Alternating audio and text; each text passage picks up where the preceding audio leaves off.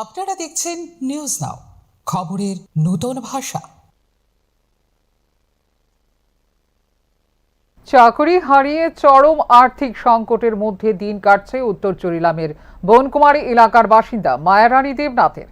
একসময় community health guard হিসেবে কর্মরত থাকলেও বর্তমানে তিনি চাকরিচ্যুত।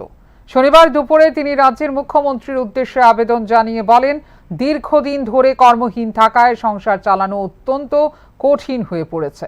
তাঁর দাবি, সরকারের পক্ষ থেকে যদি একটি মাসিক ভাতার ব্যবস্থা করা হয় তাহলে ন্যূনতমভাবে জীবন ধারণ করা সম্ভব হবে। তিনি আরও জানান, পরিবারের আর্থিক অবস্থা অত্যন্ত দুর্বল হওয়ায় চিকিৎসা ও দৈনন্দিন প্রয়োজনীয় খরচ মেটানোও কঠিন হয়ে দাঁড়িয়েছে।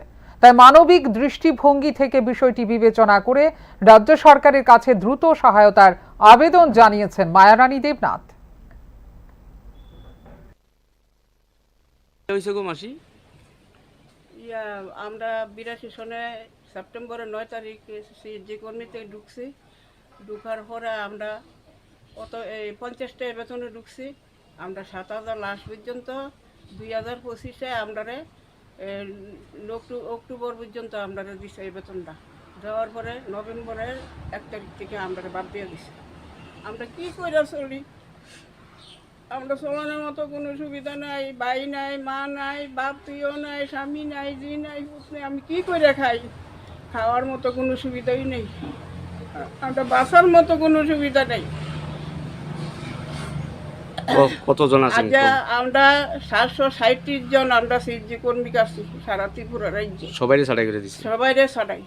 তা আপনারা ডাইরেক্টরের কাছে? আমরা ডাইরেক্টরের কাছে দরখাস্ত দিছি। দেওয়ার পরে তাই একটা সিল সই দিয়ে আমরা কিছু পয়সা টইছে না, আমরা পয়সা কিছু পয়সা না, আমরা সিল সই দিয়া দিছে। তো আমরা লইয়া আয়া বসছি বাড়িতে। আয়া আজ 8-9 মাস হয়েছে আমরা কোনো